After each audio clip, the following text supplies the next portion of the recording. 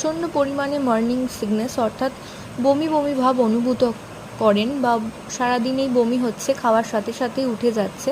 তো সেই সমস্ত মায়ের বলা হয়ে থাকে ওল্ড ওয়াইফস টেলস অনুযায়ী যে সেই সমস্ত মা একটি ফুটফুটে পুত্র সন্তান ওয়েলকাম করেন, এবং অন্যথায় যদি দেখেন যে সেই মায়ের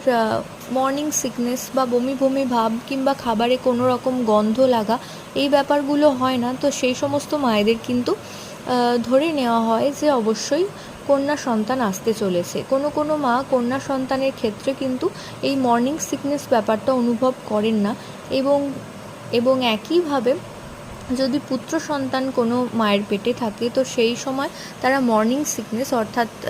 এই বমি বমি ভাব বা বমি হওয়া সেটা কিন্তু অনেক বেশি পরিমাণে অনুভূত হয়। তো এটা একদমই ওল্ড ওয়াইফ টেলস অনুযায়ী আমি আপনাদের বললাম, এর সাথে কিন্তু বৈজ্ঞানিক কোনো প্রমাণ নেই।